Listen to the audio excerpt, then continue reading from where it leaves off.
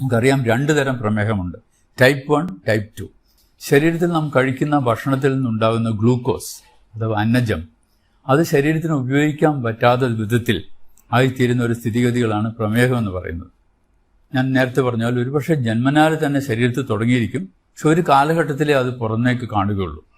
അതിന് വരുന്നതിന് മുമ്പ് തന്നെ പല പല ലക്ഷണങ്ങളുണ്ട്.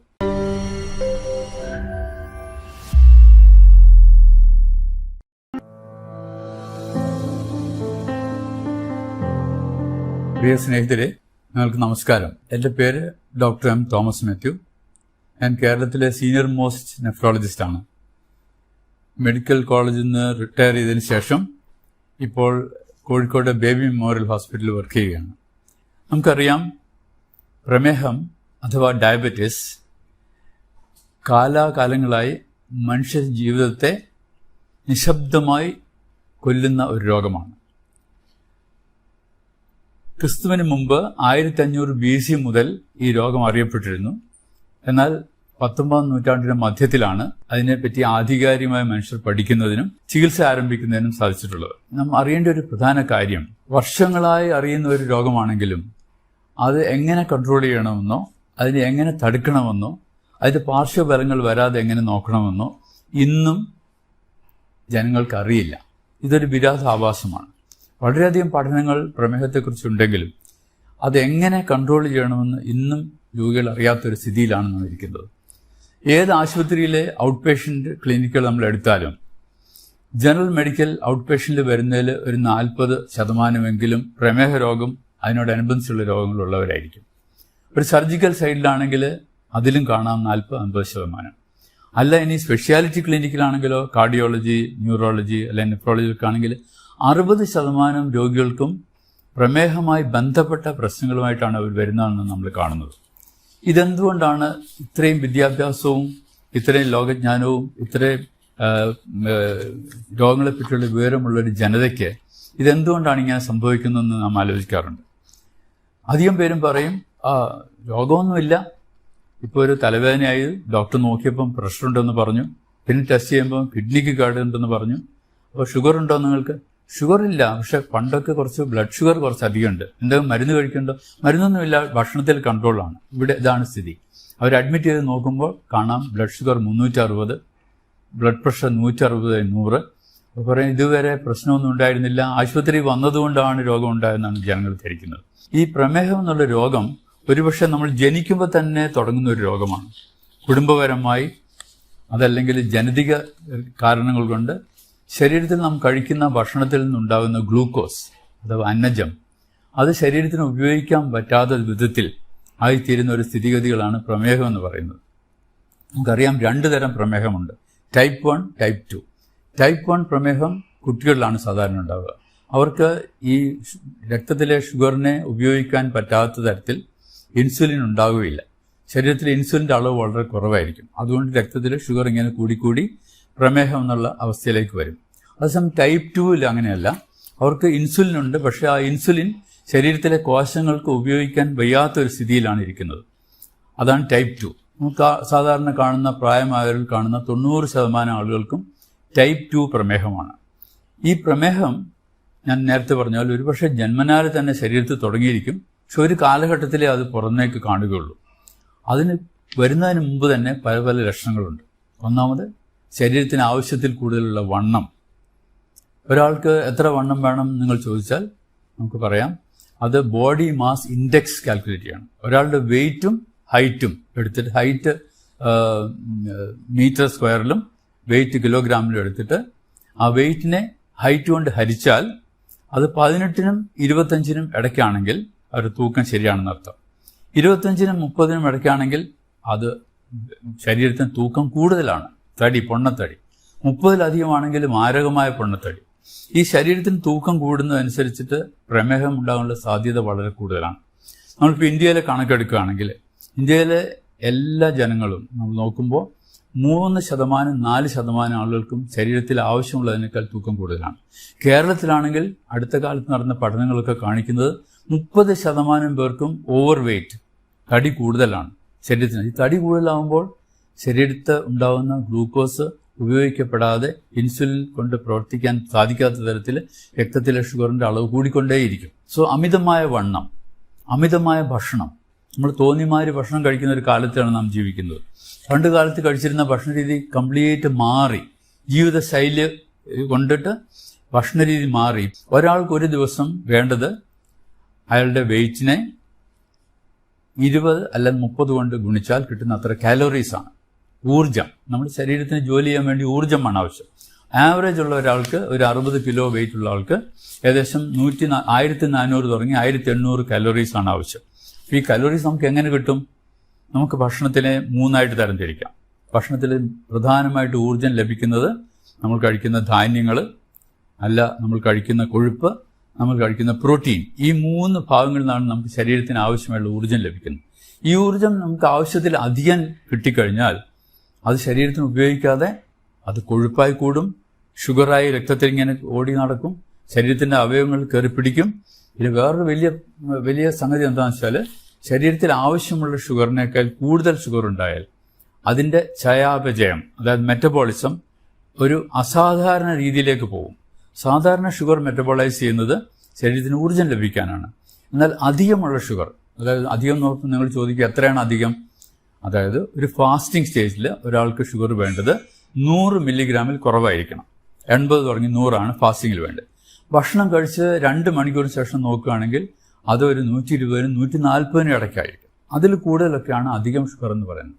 അപ്പോൾ രക്തത്തിലെ ഷുഗർ അധികമായാൽ അത് ശരീരത്തിന് ഉപയോഗിക്കുന്നത് സ്വാഭാവികമായി ഉപയോഗിക്കുന്നതിന് പകരം അത് അബ്നോർമൽ പാത്വേയിൽ കൂടെ പോകും. 5 തരത്തിൽ ഈ ഗ്ലൂക്കോസ് മെറ്റബോളൈസ് ചെയ്തു പോകും. അത് ഈ 5 തരത്തിൽ പോകുന്ന മെറ്റബോളിസം ശരീരത്തിന് ഉപയോഗമില്ലാതെ ശരീരത്തിന് കേട് വരുത്തുന്ന രീതിയിലാണ് ആ മെറ്റബോളിസം നടത്തുന്നത്. അപ്പോൾ എന്ത് പറ്റും? ഈ ഷുഗർ ശരീരത്തിന് ഉപയോഗിക്കാതെ കൊഴുപ്പായി ലിവറിലേക്ക് പോയി അടിയും. ഫാറ്റി ലിവർ ഉണ്ടാവും.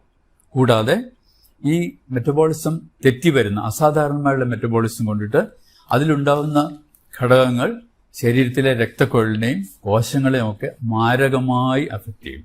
അങ്ങനെ വലിയ രക്തക്കുഴലുകൾക്കും ചെറിയ രക്തക്കുഴലുകൾക്കും ഒക്കെ കേടുവന്ന് കാലക്രമേണ ആ ഒരു രോഗമായി മാറുകയാണ് ചെയ്യുന്നത്. ഈ ഷുഗർ കൂടിയുണ്ട്. ആവശ്യത്തിലധികം ഷുഗർ ശരീരത്തിലുണ്ടായാൽ അത് ശരീരത്തിന് ദോഷമാണ് എന്നുള്ള വാസ്തവം നമ്മളെപ്പോഴും അറിഞ്ഞിരിക്കും. ഷുഗർ കുറയ്ക്കുന്നത് ശരീരത്തിന് ആവശ്യമുള്ള ഊർജം കിട്ടാൻ വേണ്ടി മാത്രമുള്ള ഭക്ഷണം കഴിക്കുക. ഇപ്പോൾ ഒരു 1600 കാലറി വേണമെങ്കിൽ അത് ഒരു 3 തവണയായിട്ട് അത് ഡിവൈഡ് ചെയ്യണം. രാവിലെ ഒരു 350-400 കലോറി, രാത്രി അതുപോലെ 350-400 കലോറി, ഉച്ചയ്ക്ക് അതിന് ബാക്കിയുള്ള ഭക്ഷണം ക്രമീകരിക്കാൻ ലോക ആരോഗ്യ സംഘടനയും ഡയബറ്റിക് അസോസിയേഷനും ഒക്കെ കൂടി തീരുമാനിച്ചിരിക്കുന്ന ഒരു ഫുഡ് പ്ലേറ്റ് ഉണ്ട്. ആ ഫുഡ് പ്ലേറ്റ് എന്ന് പറഞ്ഞാൽ നമ്മൾ സാധാരണ ഒരു പ്ലേറ്റ് എടുത്താൽ അത് 4ആയിട്ട് നമ്മൾ ഡിവൈഡ് ചെയ്യണം, മാനസികമായി ഡിവൈഡ് ചെയ്യണം. അതിൻ്റെ പകുതി ഭാഗം പച്ചക്കറികൾ മാത്രമേ പാടുള്ളൂ. ആ പകുതി ഭാഗത്തിൽ അതിൻ്റെ പകുതി, അതായത് 1/4 ഭാഗം വേവിച്ച പച്ചക്കറികളും 1/4 ഭാഗം വേവിക്കാത്ത പച്ചക്കറികളും. അപ്പോൾ 1/2 ഭാഗം അങ്ങനെ പോയി. മറ്റേ 1/2 ഭാഗത്ത് അതിൻ്റെ 1/4 ഭാഗത്തിൽ പ്രോട്ടീൻ അടങ്ങിയ സംഗതികൾ, അത് ഒന്നിൽ പയറ്, കടല, പരിപ്പ്, അല്ലെങ്കിൽ മീനോ അല്ലെങ്കിൽ മുട്ടയോ അതല്ലെങ്കിൽ ഇറച്ചിയോ. അതിൻ്റെ മറ്റേ 1/4 ഭാഗത്ത് ധാന്യങ്ങൾ, അതായത് 1 കപ്പ് ചോറ് അല്ലെങ്കിൽ 1 ചപ്പാത്തി അല്ലെങ്കിൽ 1 ദോശ അല്ലെങ്കിൽ 2 ഇഡ്ഡലി. അപ്പോൾ ആ ഫുഡ് പ്ലേറ്റിൽ അടങ്ങുന്ന സാധനം മെജോറിറ്റി പച്ചക്കറികളാണ്. ഈ പച്ചക്കറികളിൽ കാലറീസ് വളരെ കുറവാണ്. 100 ഗ്രാം പച്ചക്കറിക്ക് 15 കാലറി ഉണ്ടാവുള്ളൂ. അതേസമയം 100 ഗ്രാം ചോറിന് 350 കാലറിയാണ്. 1 ചപ്പാത്തിക്ക് ഏകദേശം 100 കാലറിയാണ്. 1 ദോശയ്ക്ക് 100-150 കലോറി. ഒരു മസാല ദോശയാണെങ്കിലോ 250 കലോറിയാവും. അപ്പോൾ അത് നമ്മൾ അധികമായി കഴിക്കാതെ അതിന് പകരം കൂടുതൽ പച്ചക്കറികളും കുറച്ച് ധാന്യവും കുറച്ച് പ്രോട്ടീൻ അഥവാ മത്സ്യം അല്ലെങ്കിൽ മാംസം, പച്ചക്കറി കഴിക്കുന്നവർക്കാണെങ്കിൽ പയറ്, കടല, പരിപ്പ്, അങ്ങനെ ഫുഡ് പ്ലേറ്റ് നമ്മൾ 3 നേരത്തെ ഭക്ഷണം കഴിക്കുമ്പോൾ ആ പ്രിൻസിപ്പിൾ സ്വീകരിച്ചാൽ നമ്മുടെ ഷുഗർ കൂടാതിരിക്കും. അത് വെജിറ്റേറിയനായിട്ടും നോൺ വെജിറ്റേറിയനായിട്ടും ഐറ്റംസ് നമ്മൾ താരതമ്യപ്പെടുത്തും. ബാക്കി ഭക്ഷണങ്ങളിൽ നിന്ന് നമുക്ക് കിട്ടുന്നത് അന്നജം, അതായത് ധാന്യങ്ങൾ എന്ന് പറയുമ്പോൾ അരിയാവും, ഗോതമ്പാവും, പഴങ്ങളും, അധികം മധുരമില്ലാത്ത പഴങ്ങൾ, ഇതെന്നൊക്കെയാണ് മെയിനായിട്ടുള്ള 60%, 50% എനർജി കിട്ടുന്ന ഈ ഭക്ഷണത്തിനാണ്. അതേസമയം കൊഴുപ്പ് നിന്ന് കിട്ടുന്നത് വളരെ അധികമാണ്. 20%എങ്കിലും കൊഴുപ്പ് നമുക്ക് കിട്ടണം, 20-25%. അപ്പോൾ ഈ കൊഴുപ്പിന് എങ്ങനെയാണ് കിട്ടുക? കൊഴുപ്പ് നമ്മൾ ഉപയോഗിക്കുന്ന എണ്ണ, 1 സ്പൂൺ എണ്ണയിൽ ഏകദേശം 45-50 കലോറിയുണ്ട്. അപ്പോൾ എണ്ണയുടെ അളവ് കുറയ്ക്കണം. അതുപോലെ തന്നെ പ്രോട്ടീൻ ഒരു 20-25% കാലറീസ് പ്രോട്ടീന് ലഭിക്കണം. അതുകൊണ്ട് പ്രോട്ടീൻ കഴിക്കുന്ന അളവും കുറയ്ക്കണം.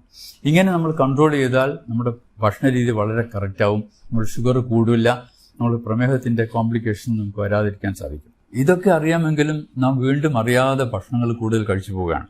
അപ്പോൾ നമ്മൾ ആവശ്യമില്ലാത്ത ഭക്ഷണങ്ങൾ, ഈ സ്നാക്സൊക്കെ നിവൃത്തിയെടുത്തോളം ഒഴിവാക്കണം. എണ്ണക്കടികൾ ഒഴിവാക്കണം.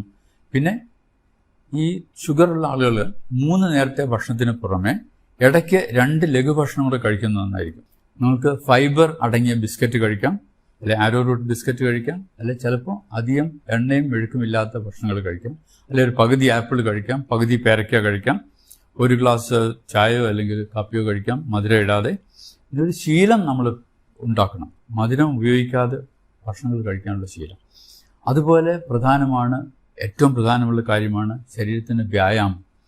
ഒരു അരമണിക്കൂർ ആഴ്ചയിൽ 5 ദിവസം വ്യായാമം ചെയ്യുന്നത് ഏറ്റവും പ്രധാനമാണ്, പ്രത്യേകിച്ച് 35 വയസ്സിന് ശേഷമുള്ളവർ. ഈ വ്യായാമം ചെയ്യുമ്പോൾ ശരീരത്തിന് ആവശ്യമുള്ള ഊർജം അത് ഉപയോഗിച്ചു പോകും. അപ്പോൾ ആവശ്യമില്ലാത്ത ഊർജം ശരീരത്തിൽ കെട്ടിനിൽക്കില്ല. ഈ വ്യായാമം ചെയ്യുമ്പോൾ ആ ഊർജം അതിനായിട്ട് ഉപയോഗിച്ചു പോകും. അങ്ങനെ നമ്മുടെ ശരീരത്തെ നല്ല ആരോഗ്യസ്ഥിതിയിൽ മെയിൻറ്റെയിൻ ചെയ്യാൻ സാധിക്കും. ഇങ്ങനെയൊക്കെ ചെയ്താലും ജനിതകമായി ഉണ്ടാകുന്ന ഡയബറ്റീസ് വരാതിരിക്കില്ല. വന്നു കഴിഞ്ഞാൽ നമ്മൾ അതിനുള്ള മരുന്നുകൾ കൃത്യമായിട്ട് എടുക്കും. ഡോക്ടറെ സമീപിച്ച് ആ മരുന്നുകൾ എന്ത് വേണമെന്ന് ചോദിച്ചാൽ ഡോക്ടർ പറഞ്ഞുതരും. അതനുസരിച്ച് മരുന്ന് ഉപയോഗിക്കാം, ഗുളികൾ ഉപയോഗിക്കാം. അത് പോരാതെ വരികയാണെങ്കിൽ വരുന്ന സന്ദർഭങ്ങളിൽ നമുക്ക് ഇൻസുലിൻ ഉപയോഗിക്കാം. അങ്ങനെ ഷുഗർ കൺട്രോൾ ചെയ്യാം. അപ്പോൾ നിങ്ങൾ ചോദിക്കും, ഷുഗർ കൺട്രോൾ ചെയ്യാൻ ഭക്ഷണം മാത്രം നോക്കിയാൽ പോരാ. ഭക്ഷണത്തിന് ഒരു പരിധിവരെ മാത്രമേ ഷുഗറിനെ കൺട്രോൾ ചെയ്യാൻ പറ്റുള്ളൂ. അതിൽ കൂടുതൽ കൺട്രോൾ വേണമെങ്കിൽ മരുന്ന് വേണം എന്നുള്ളത് തീർച്ചയാണ്. ആ മരുന്നിന് പുറമെ വ്യായാമം, റെഗുലർ ചെക്കപ്പ് ഇതൊക്കെ വേണം.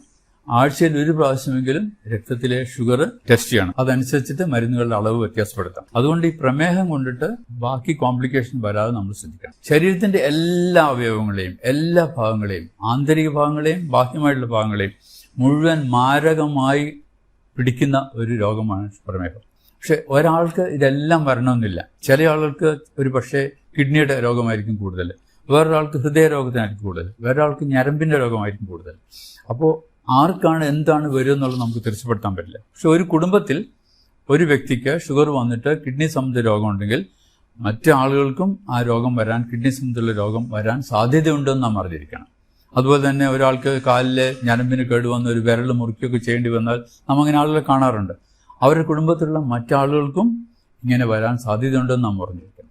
ഇപ്പോൾ ഉള്ള കണക്കനുസരിച്ചിട്ട് നമ്മുടെ ലോകത്തിലെ ഇന്ത്യ രാജ്യത്തിനാണ് 2ാം സ്ഥാനം ഷുഗറുള്ള ആളുകളുടെ. ആ ഇന്ത്യ രാജ്യത്തിൽ തന്നെ കേരളത്തിലാണ് 1ാം സ്ഥാനം. ഇതെന്തുകൊണ്ട് ഇങ്ങനെ വരുന്നു എന്നുള്ളതിന് ഒരുപാട് പഠനങ്ങളുണ്ട്. ഒരുപക്ഷെ നമ്മുടെ ജനിതക മാറ്റം കൊണ്ടായിരിക്കാം, അല്ലെങ്കിൽ നമ്മുടെ ജീവിത ശൈലി മാറ്റങ്ങൾ കൊണ്ടായിരിക്കാം, അല്ലെങ്കിൽ അടുത്ത കാലങ്ങളിലുണ്ടായ ഫുഡ് ഹാബിറ്റ്സിന്റെ മാറ്റങ്ങൾ കൊണ്ടായിരിക്കാം. അപ്പോൾ ഇങ്ങനെ വരുന്ന ഷുഗർ ഭാവിയിൽ ഈ ഇൻസുലിനൊക്കെ ഉള്ളതുകൊണ്ട് ജീവിത ദൈർഘ്യം കൂടും. ജീവിത ദൈർഘ്യം കൂടുന്തോറും ഈ രോഗത്തിന്റെ കോംപ്ലിക്കേഷൻസ് കൂടുതൽ വന്നുകൊണ്ടിരിക്കുകയാണെന്ന് നാം മറക്കരുത്. അപ്പോൾ ഈ കോംപ്ലിക്കേഷൻസ് വരാതിരിക്കണമെങ്കിൽ കൃത്യമായി നമ്മളിതൊക്കെ നോക്കി വെച്ചിരിക്കണം. ഏതൊരു പ്രായം ആയ ആളും, 30 വയസ്സിന് കഴിഞ്ഞ ആളും വർഷത്തിൽ ഒരിക്കലെങ്കിലും അവരുടെ ബ്ലഡ് ഷുഗർ നോക്കണം. ബ്ലഡ് ഷുഗർ നോക്കുമ്പോൾ അത് വേണ്ടതിലധികമാണെന്ന് കണ്ടാൽ തീർച്ചയായും ഡോക്ടറെ സമീപിച്ച് അവരുടെ വെയിറ്റ് മനസ്സിലാക്കണം. വെയിറ്റ് അനുസരിച്ചിട്ട് അത് ക്രമീകരിക്കണം, ഭക്ഷണ രീതി ക്രമീകരിക്കണം. നാം ഒന്ന് രണ്ട് നമ്പേഴ്സ് ഓർത്തിരിക്കുന്ന എപ്പോഴും നല്ലതാണ്. Number 30, number 40, number 70, number 80, number 90. നമ്മൾ ചോദിക്കും ഇതെന്താ നമ്പർ? നമ്മുടെ 40 എന്ന് പറഞ്ഞാൽ ആണുങ്ങളുടെ കഴുത്തിന്റെ ചുറ്റളവാണ്. കഴുത്തിന്റെ ചുറ്റളവ് 40-ൽ കൂടിയാൽ പ്രമേഹം വരാനുള്ള സാധ്യത കൂടുതലാണ് ചുരുക്കം. അത് സ്ത്രീകൾക്കാണെങ്കിൽ 30 ഇഞ്ച് കൂടുതലാണെങ്കിൽ അതും പ്രമേഹം വരാൻ സാധ്യതയാണ്. ഇനി നിങ്ങൾ ചോദിക്കുക എന്താ 70% ആളുകൾക്കും പ്രമേഹമുള്ളവർക്ക് കോംപ്ലിക്കേഷൻസ് വരും. അപ്പോൾ ഒരു പ്രമേഹമുള്ള ആൾക്ക് കോംപ്ലിക്കേഷൻ ഉണ്ടാകാൻ സാധ്യത വളരെ കൂടുതലാണെന്ന് ഓർക്കണം. 80 എന്താ? 80 എന്ന് പറഞ്ഞാൽ നമ്മുടെ വയറിന്റെ ചുറ്റളവ്, പുക്കിളിന്റെ സൈഡിൽ കൂടി വയറിന്റെ ചുറ്റും ഒന്ന് മെഷർ ചെയ്താൽ 80 സെന്റിമീറ്റർ സ്ത്രീകൾക്കും 90 സെന്റിമീറ്റർ ആണുങ്ങൾക്കും. അത് കൂടുതലാണെങ്കിൽ അവർക്ക് പ്രമേഹം ഉണ്ടാകാനുള്ള സാധ്യത വളരെ കൂടുതലാണ്. അവരുടെ തടി വളരെ കൂടുതലാണെന്ന് നാം ഓർക്കണം. 90 കൂടുതലുള്ള പുരുഷന്മാരും 80 കൂടുതലുള്ള സ്ത്രീകളും വളരെ വളരെ വളരെ ശ്രദ്ധിക്കണം. അത് കുറയ്ക്കുന്നത് നമ്മുടെ ഭക്ഷണത്തിൽ കൂടിയും എക്സസൈസിൽ കൂടിയും ഒക്കെയാണ്. അതിന് ബുദ്ധിമുട്ടുള്ള കാര്യമല്ല. കൂടാതെ വേറെ ചില നമ്പേഴ്സ് നമ്മൾ ഓർക്കണം.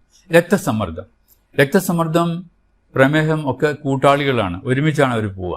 30 വയസ്സ് കഴിഞ്ഞാൽ തീർച്ചയായും രക്തസമ്മർദ്ദം നമ്മൾ നോക്കിയിരിക്കണം. അതൊരു നിശബ്ദ കൊലയാളിയാണ്.